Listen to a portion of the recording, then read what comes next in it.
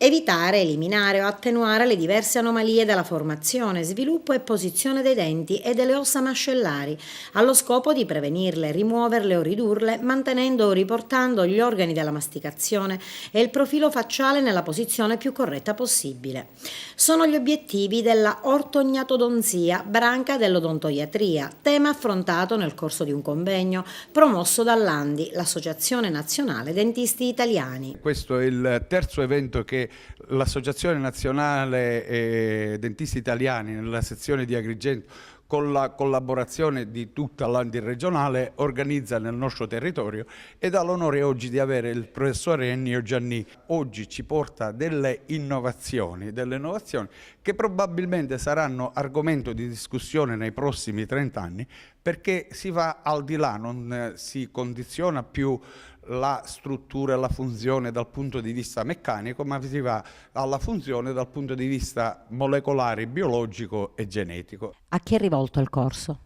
Il corso si rivolge a tutti i professionisti che operano sul nostro territorio, perché Agrigento si aggiorna e resta sempre aggiornata, diciamo, su quelle che sono le tematiche odierne e quello che è il dibattito scientifico che si svolge sul nostro territorio. Ma quali le terapie nella pratica ortodontica? La terapia ortodontica non è tanto e solo il trattamento dei denti, tra virgolette, malocclusi o storti, ma è bensì l'attenzione che il medico ortodontista, l'odontoiatra, deve porre nel valutare nel suo insieme tutto lo stato di salute di chi esprime, attraverso un problema di disordine cranio-mandibolare, una condizione che è l'espressione, così lui la definisce, fenotipica di una costituzione geneticamente determinata. Un percorso formativo che ha portato alla ribalta le ultime conquiste ortognatodontiche alla luce delle nuove frontiere di genetica e biologia molecolare,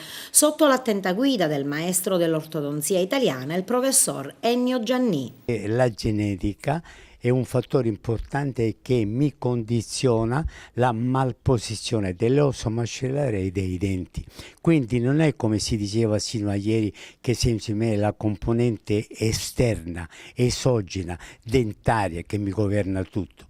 Io devo tener conto che esiste una componente genomica, il genoma, che interferisce con il fattore esogeno e a secondo dei casi mi dà la malformazione. Come conseguenza il concetto diagnostico è completamente cambiato. Non solo, ma quello che conta è l'aspetto terapeutico, perché io devo sapere, in base alla mia diagnosi, come modificare la mia terapia in maniera da ristabilire l'equilibrio.